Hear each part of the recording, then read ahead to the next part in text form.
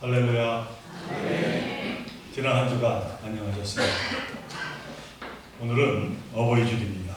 이 복된 주일 아침에 자식을 낳고 기르느라 애쓰신 우리 모든 부모님께 하나님의 크신 은총이 충만하시기를 간절히 축원드립니다.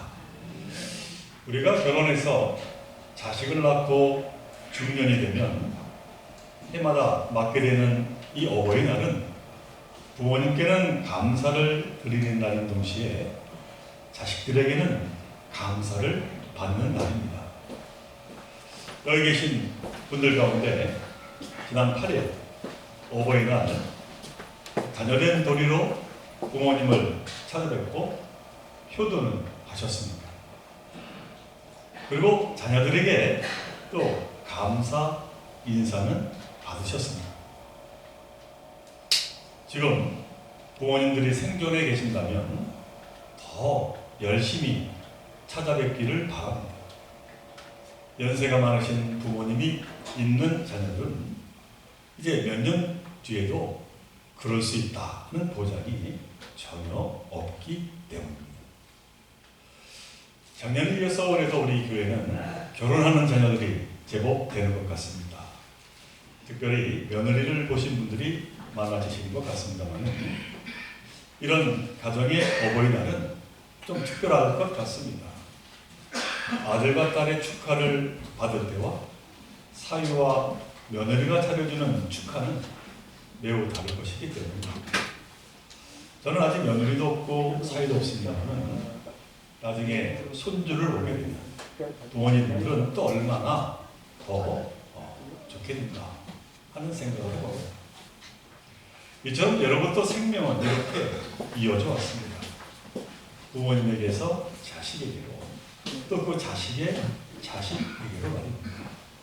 그래서 우리가 매년 이처럼 어버이 주일을 지키는 큰 이유 중에 하나는 삶의 분주함 속에서 까맣게 잊고 사는 우리의 근본, 곧 뿌리를 돌아보자 라고 하는 뜻일 것입니다. 이 나라는 존재는 하늘에서 뚝 떨어진 것이 아닙니다. 부모가 있기에 비로소 존재하게 되었다는 것이지요. 또한 나라는 존재는 저절로 그리고 혼자 힘으로 지금의 내가 된 것이 아닙니다. 부모님의 사랑과 수고로 빚어진 존재입니다. 그러나 자칫하면 이 당연한 사실을 쉽게 잊기에 우리는 자꾸 되새길 필요가 있습니다. 이런 이유로 우리는 해마다 어버이 주일을 지키는 것입니다. 그래서 이처럼 어버이 주일을 맞이하면서 다시 한번 상기해야 할 말씀이 있습니다. 우리가 잘 아는 말씀입니다만 너희 부모를 공경하라 라고 하는 말씀입니다. 자, 그런데 왜 성경은 10계명 중에 5번째 계명으로 내 부모를 공경하라 이렇게 말씀을 하고 있는 것입니다.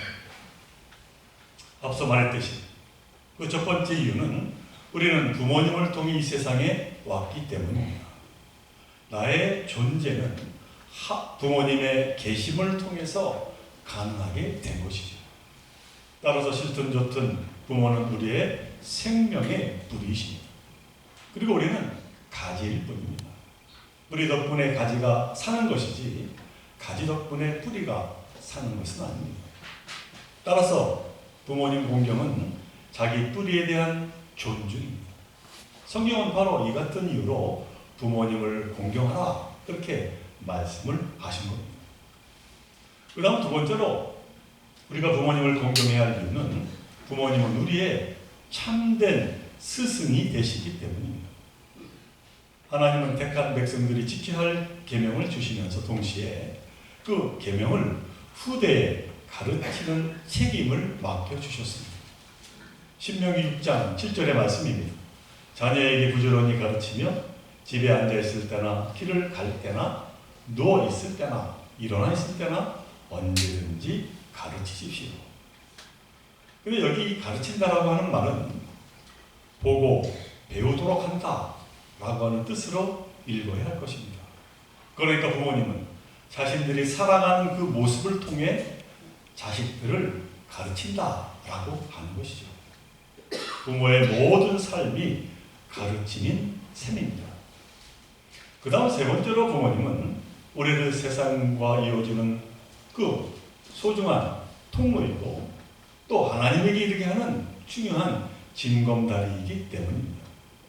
십계명이 처음 네 계명은 사람과 하나님 사이의 관계를 다루고 있고 나머지 5계명은 사람과 사람의 관계를 다룹니다. 이 두 범주를 이어주고 있는 것이 바로 부모를 공경하라고 하는 5번째 계명입니다. 그러니 이 같은 십계명의 배치는 하나님에 대한 신앙은 무엇보다 먼저 부모 공경으로 구체한 후에 비로소 이웃에 대한 사랑과 책임으로 발전하게 되라 하는 말씀인 것이죠. 이처럼 부모 공경은 하나님에 대한 신앙과 이웃에 대한 사랑 사이에 있는 징검다리입니다. 자, 그런데 이처럼 중요한 부모님을 향한 이 공경의 마음은 자연적으로 자녀들에게 저절로 주어지는 것일까요? 문제는 그렇지 않다는 데 있습니다. 그렇다면 부모님을 향한 이 공경의 마음이 언제, 어떻게 자녀들에게 생기게 되는 것일까요? 단순한 대답입니다만은 부모님의 사랑을 당연한 것으로 여기지 않을 때 우리는 부모님을 향한 공경심이 생긴다라고 하는 사실입니다.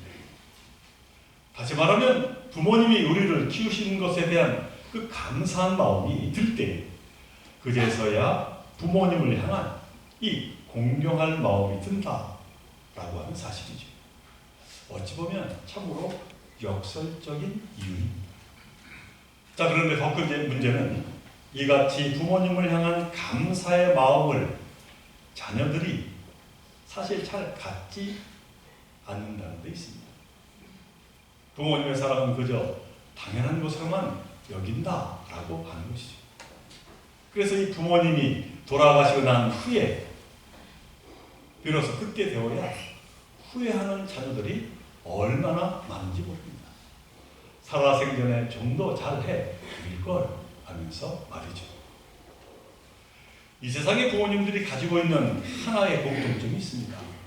그것은 자녀들을 위해서 많은 것을 포기하며 산다는 것입니다. 그렇게 살아야 한다고 누구한가에게 특별히 배운 적도 없는데도 말이죠. 그러나 철없는 자녀들은 그걸 당연하게 여길 뿐입니다. 그러나 그 같은 당연하면 안타깝게도 감사가 없습니다. 부모가 당연히 해야 할 일인데 왜 굳이 감사해야 하느냐라고 하는 것이죠. 김현승이라고 하는 시인은 감사하는 마음이란 라고 하는 제목의 시에서 이렇게 노래했습니다.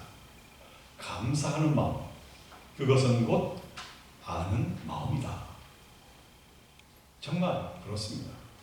내 부모가 다른 부모에 비해 때로는 부족하다고 해도 내 존재의 뿌리이고 나를 낳고 키우느라 많은 것들을 포기하고 희생했다라고 하는 것을 알게 될 때 감사할 수 있고 그 감사는 부모 공경으로 나가게 된다라고 하는 것이죠. 일제 식민지 때 음악에 남다른 재능이 많은 이흥렬이라고 하는 청년이 있었습니다. 그는 음악 공부를 위해서 일본으로 유학을 떠났습니다. 그러나 그가 공부하면서 이 피아노를 곁에 두지 않으면 작곡할 수 없다라고 하는 것을 알게 되었습니다. 그래서 어머니에게 편지를 썼습니다. 어머니, 피아노가 없으니 음악 공부를 더 이상 할 수가 없게 되었네요. 이 음악에는 피아노가 있어야 하는 것을 뒤늦게 알았습니다. 소자는 음악 공부를 이제 그만 잡고 귀국하려고 합니다. 어머니는 혼자 된 몸으로 유학 간 아들 뒷바라지를 하느라 형편이 말이 아니었습니다. 하지만 어머니는 이 편지를 받은 다음 날 새벽부터 저녁까지 동네 산이라는 산을 모조리 뒤지어 두 손이 피투성이가 될 때까지 쉼없이 솔방울을 모았습니다. 그렇게 불쏘시개로 화력이 좋은 솔방울을 모으고 팔아서 피아노는 살 수 없어도 빌렸을 정도의 돈을 장만해 아들에게 보냈습니다. 그때 아들은 이 돈을 받고 눈물을 흘리며 열심히 작곡했습니다. 그렇게 해서 작곡한 노래 중에 하나가 바로 양규동 박사의 시에 맞춰 지은 어머니의 마음입니다. 나오실 때 괴로움 다 잊으시고 기르실 때 밤낮으로 애쓰는 마음. 진자리 마른 자리 갈아주시며 손발이 닿도록 고생하시네요. 하늘 아래 그 무엇이 널 따르려고 어머님의 희생은 감이 없어라 라고 하는 그런 노래입니다. 지금도 시대는 다르지만은 부모의 마음은 한결같습니다. 요즘 부모님들은 자식 기 죽이지 않겠다고 자식이 해달라는 것 다 해주며 자신의 삶을 포기합니다. 그렇지 않습니까? 근데 문제는 이렇게 키운 자식들이 안타깝게도 이 고마움이라고 하는 것, 그 중요한 가치를 모르고 자란다라고 하는 것이죠. 안타깝게도 자신이 누리고 있는 것을 소중하게 여길지 모르는 자식들이 지금 이 시대에 너무나도 많다는 겁니다. 부모인이 당연히 그렇게 해줘야 한다고 생각을 한다는 것이죠. 그런 이처럼 당연함의 세계에는 진실된 감사가 있을 수가 없습니다. 저는 오늘 본문으로 마가복음 3장 31절 이하의 말씀을 택했습니다. 우리가 잘 아는 말씀입니다. 근데 이 내용을 보게 되면은 예수님은 부모님을 공경하기보다 참으로 불효자처럼 보입니다. 왜냐하면 예수님이 세상을 구원하시기 위해 공생애를 시작한 이후에는 이 가난한 가정 살림에 전혀 보탬이 되지도 않고 더 나아가서 그가 택한 삶이 어머니의 마음을 늘 걱정과 근심하게 하고 아프게 했기 때문이죠. 오늘 본문 바로 21절에 보니까 이 예수가 미쳤다는 소문이 돌자 어머니 마리아는 안타까운 마음으로 다른 자녀들과 함께 아들 예수를 찾아갑니다. 그래서는 사람들을 시켜서 예수를 부르게 하는데 그때 예수님은 의외의 반응을 보이며 말씀합니다. 33절로 35절의 말씀. 대답하시되 누가 내 어머니이며 동생들이냐 하시고 둘러앉은 자들을 보시며 이르시되 내 어머니와 내 동생들을 보라. 누구든지 하나님의 뜻대로 행하는 자가 내 형제요 자매요 어머니이라.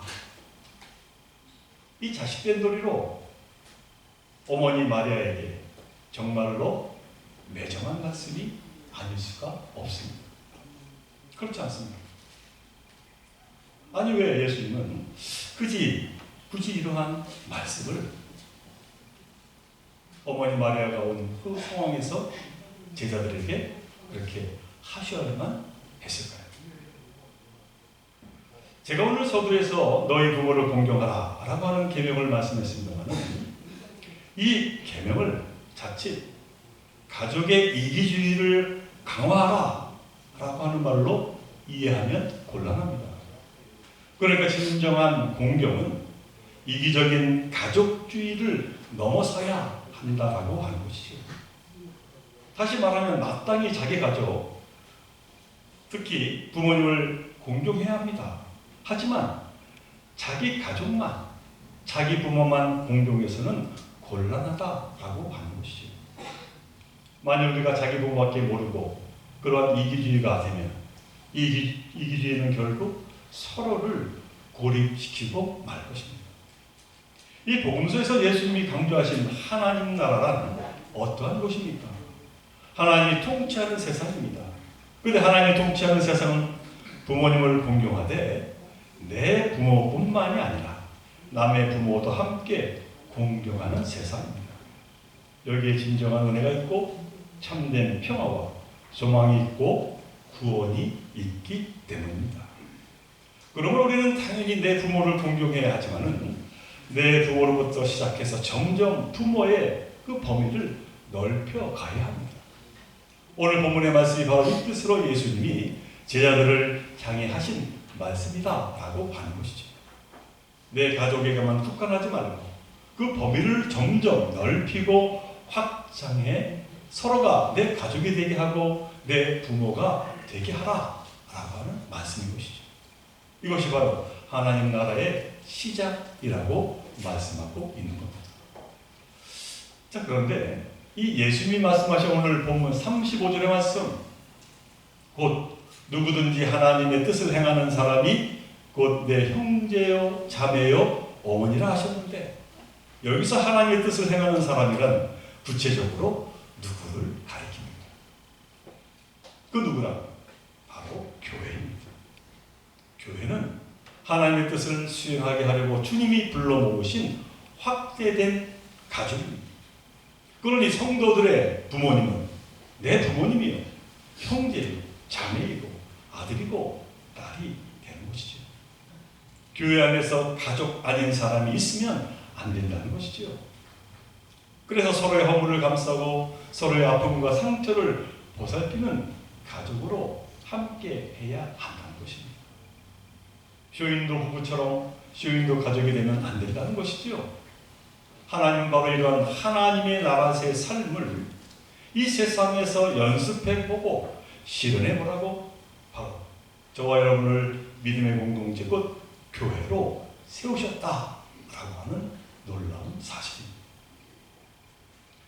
사랑하는 조기 성도 여러분, 우리 좋은 교회는 각각의 가정이 모여서 확대 가족을 이룬 믿음의 공동체입니다.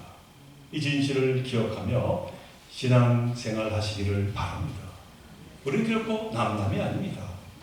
우리 노장로님, 노권사님, 남의 아버지, 남의 어머니가 아닙니다. 우리 모두의 아버지요, 우리 모두의 어머니인 것이죠. 그러므로 우리는 당연히 공경해야 합니다. 그러할 때 우리 교회에 진정한 기쁨이 있고 소망이 있고 은혜가 넘치게 될 줄로 믿습니다. 자, 그런데 예수님은 여기에만 그쳐서는 안 된다고 하십니다. 교회 밖에 있는 많은 사람까지도 내 식구로 보듬어 안을 수 있는 넉넉함을 요청하십니다. 이것이 바로 이 세상에 오신 예수님의 구원의 계기다, 그렇게 말씀하고 있는 것이죠. 자, 그런데 문제는 예수님의 가르침은 참으로 쉽지 않은 가르침이 되는 것이죠. 제 부모도 제대로 공경하며 사랑하지 못하는데 어찌 남의 부모님을 내 부모님처럼 공경하고 사랑할 수가 있겠습니까? 하물며 세상에는 부모답지 못한 부모도 있습니다. 자식들에게 고통스러운 기억을 안겨주고 씻을 수 없는 상처를 입히는 부모들도 있습니다. 이를 어찌 합니까? 참으로 난감한 예수님의 요청의 말씀이 아닐 수가 없습니다. 까라마조프카의 형제들이라고 하는 소설을 쓴 도스토옙스키는 이 조시마라고 하는 장로의 입을 빌려서 이런 말을 합니다. 지옥이란 다름 아닌 사랑할 수 있는 능력을 상실한 데서 오는 괴로움이다 라고 하는 이야기를 하는 것이죠. 한마디로 사랑이 없이 사는 것이 지옥이라고 말씀하고 있습니다. 사랑하는 종교 성도 여러분, 아무리 각박한 형편과 처지일지라도 우리는 성령의 도우심을 받아 단호히 사랑의 삶의 선택을 우리는 해야 될 줄로 믿습니다. 여기에 진정한 생명이 있고 구원이 있고 여기에 하나님의 나라가 있기 때문입니다. 바라기는 우리 모두 부모님 사랑과 공경을 통해서 하나님 사랑과 공경, 그리고 이웃에 대한 사랑과 공경으로 나아가기를 간절히 소망합니다. 이 복된 어버이 주일, 우리 모두 넉넉한 마음으로 좀 더 큰 사랑의 사람으로 거듭나 주님의 이 구원의 은총이 내 가족과 교회를 넘어 이웃과 세상으로 넘쳐 흐르기를 주님의 이름으로 간절히 축원을 드립니다. 함께 기도드리겠습니다. 사랑과 은혜가 풍성하신 하나님 아버지, 오늘 어버이 주일 예배를 드리게 하심을 감사드립니다. 우리에게 부모님을 허락하시며 부모님의 그 희생을 통해 이 자리에 설 수 있게 하심을 감사드립니다. 바라기는 저희 모두 부족하지만은 그러므로 부모님의 사랑을 잊지 않게 하시며 부모님을 진심으로 공경하며 살아가게 하여 주옵소서. 또한 우리 부모님과 더불어 교회 모든 어르신을 부모로 모시며 공경하며 살아가는 저희 모두가 되게 하여 주옵소서. 우리 좋은 교회가 한 가족 되게 하여 주시고 기쁨과 은혜가 충만케 하여 주옵소서. 이 같은 사랑을 세상에 나누며 살아가는 저희 모두가 되게 하여 주옵소서. 이 모든 것 간절히 바라올 때마다 우리 생명 되시는 예수 그리스도 이름으로 기도드리옵나이다.